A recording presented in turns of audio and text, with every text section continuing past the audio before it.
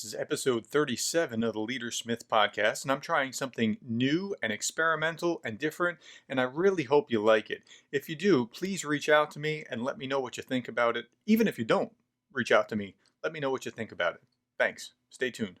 In a world of incompetent bosses, micromanagers, and petty tyrants, you are listening to The Leader Smith. Now, here is your host, Darren Gertis. Okay, so I spent a couple of hours. I didn't think it was going to take this much time. I thought to myself, there's a lot of really interesting material out on Facebook and Twitter. I wonder if I can just cull some of the more interesting things about leadership that I see on Twitter. And so I went out to Twitter and I started looking for, statements, hashtag leadership, and to see what people would say. Largely, it was a waste of time, but there were some nuggets. There was gold in the dirt. And so you have to get through a lot of dirt to find some real gold. And so that's what I'm going to be doing here is talking about the gold. I'm going to be looking at a number of leadership quotes and then commenting on them. And tell me what you think. I'm at Darren Gertis, DARINGERDES on both Twitter and Parler. And if you have other ways of contacting me, just let me know what you think if you're listening to this. If you think that I ought to do this again. I think if this works, while it's some effort on my part to scroll through and try to find these good examples, I think it's valuable. I think that this might be worth your time to hear what I'm about to go over. So thanks in advance for contacting me and letting me know what you think. Oh, before I get into it, let me give you some of my background thinking. I was just thinking, okay, this will be easy. And then I thought, well, I'm not really seeing anything on Twitter, and I went over to LinkedIn and I saw this great meme. It said, and it was a guy helping, with a backpack on, helping somebody else up the mountain. And the meme said, never look down on someone unless you're helping them up. It's such a great meme, and it's very useful. But I thought, wait a minute, let me go back to Twitter, see if there's other things along those lines, little catchy phrases or quotes that would be helpful for us to chew on as we think about leadership. And then shortly thereafter, I got a message from a former student. I had asked a number of students, will you please listen to the podcast, tell me what you think about this, tell me what I'm doing wrong. I have plenty of content. That's not my issue. But I don't know if I'm doing something technically wrong. And one student caught me like, hey, your volume's too low, or another like, why is this music in the background? I had no idea that this other track was laid over. So I'm not terribly competent as far as that goes. But this student's feedback said, look, I enjoyed the leadership and business center topics for May, especially the breakdown of popular quotes that often flood LinkedIn and Twitter. A lot of LinkedIn users post quotes to be relevant instead of realizing the toxic business culture and practices that they may be feeding into.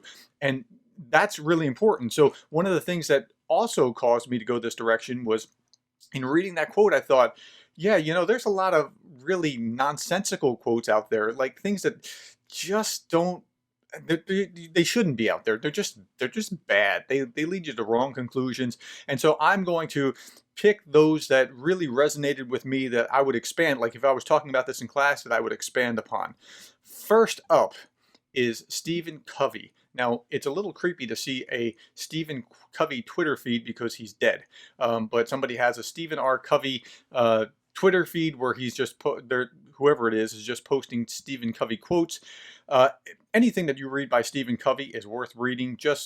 Whatever book you find by, that's different than Stephen M.R., his son. It's not bad, but it just as a distinction. Okay, accountability. Here's the quote. Accountability breeds response-ability. And what he means by that is accountability breeds the ability to respond. It helps you grow. It helps you become the kind of person that's not just passive, but is actually able to do more. And that's a great quote. I think that's in the 7 Habits, but I'm not exactly sure where that's from. But it's good. And as a leader, that's how you need to be thinking about your followers. You need to be thinking about how you can help them literally become more and grow and be what they should be. Okay, the second one, this is from Azure Consulting, AZ, or at AZURE Consult. The organization is quoting Seth Godin. Seth Godin wrote a number of marketing books primarily, but he's all over the map in business, and he like Covey, anything that he says is usually worth listening to. Here's the quote: "Leadership is the art of giving people a platform for spreading ideas that work." Yes, very often we think about leadership as, here, I'm the leader, you're the followers, do what I say. No, no, no. It's about helping them have that platform on which they can work, where they can spread their ideas, where they can attract followers, where they can grow other people. Give them the platform, and that's such a critical way of thinking about leadership. Okay, number 3, Rebecca Howard, FRSA. This is at TweetBeckHoward. And she posts or reposts a quote.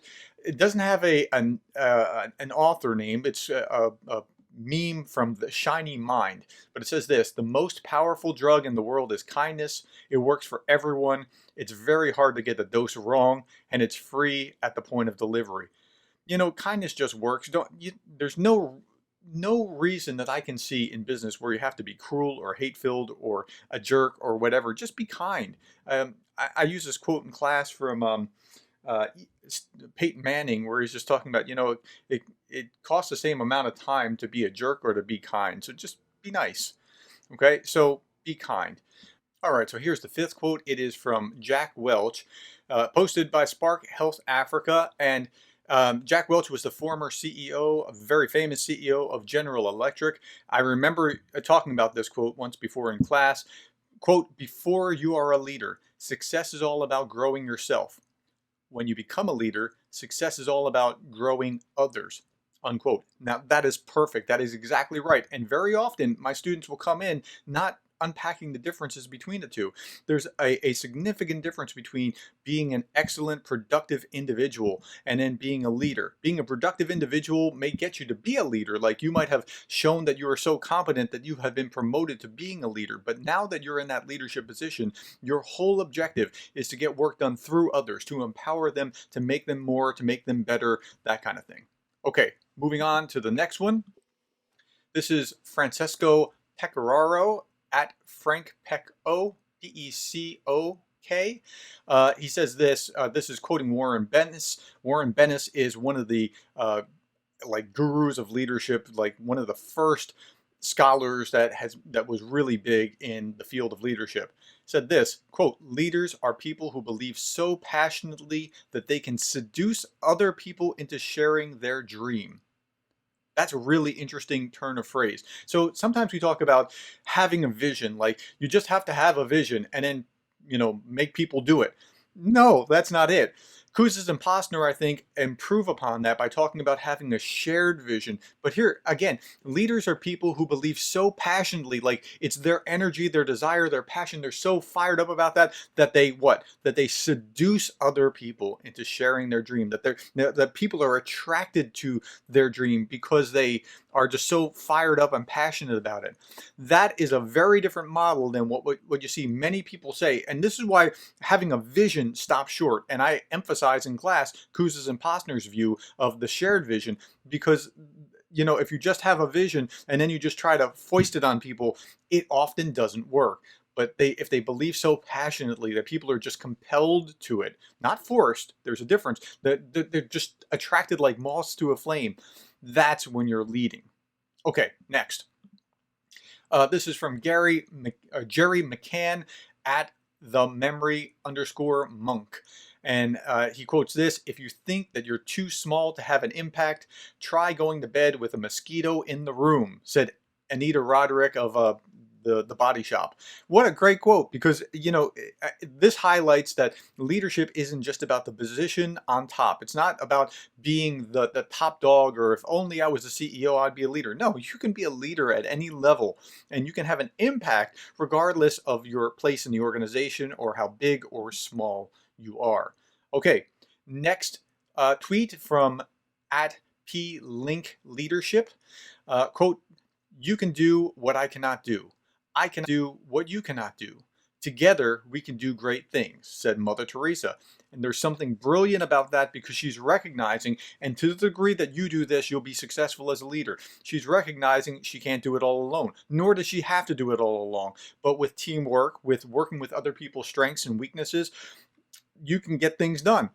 If I were hiring, I would not hire someone like me. I would hire somebody who loves the quantitative stuff that I use, but I don't relish. Right? I enjoy other aspects of leadership, but that would be my first hire. If I roll back the clock a number of years ago, I was in a administrative role where I had somebody who loved the budget. I mean, loved crunching the numbers, looking at the budget, dealing with that kind of thing. Now, I could do the same thing that this person could do, but what this person could do in an hour would take me a week, and it would give me migraines. And I could get it done, but it's far better for me to simply work with somebody who can actually do this thing and relishes it, and then just move on with the things where I can sing my high notes. So having this humble attitude where you recognize that other people are valuable for reasons that seem strange to you is really important to leadership. Okay, next one. Bob Tiede. I hope I'm pronouncing that right. At Bob Tiede. He says this, or he quotes this. It's Peter Drucker that he's quoting. The leader of the past was a person who knew how to tell. The leader of the future will be a person who knows how to ask. Now, I love that quote. That sounds just like Drucker. I don't know where it's from. It doesn't ring any particular bells to say, oh, it's from this book or that book. But Drucker wrote like 48, something like almost 50 books. And so, yeah, in the past, you were expected, if you were a leader, to just tell people how it is, and be strong and confident, and, tell people what needs to be done. No.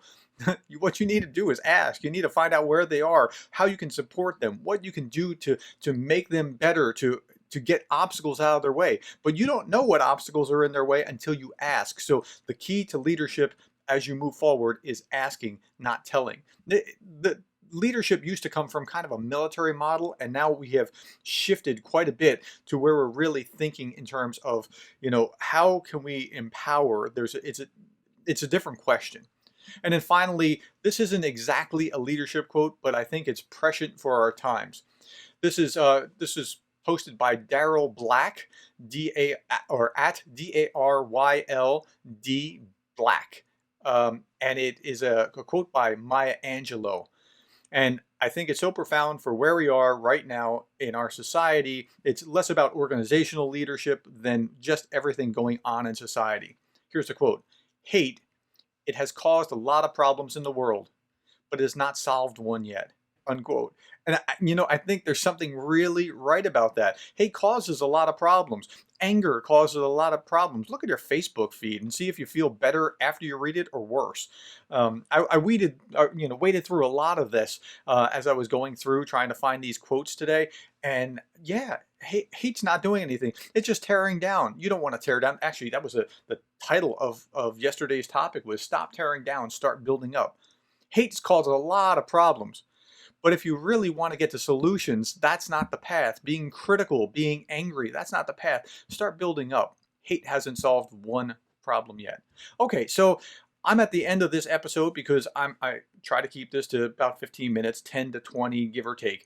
And I would really, really, really like to know what you think about this. If you want me to keep doing these, if you find that these are useful to give you something to chew on, and if so, I'll just have a regular Twitter Tuesday. I might draw from Parler or Facebook or other places with hashtags or LinkedIn, hashtags of leadership.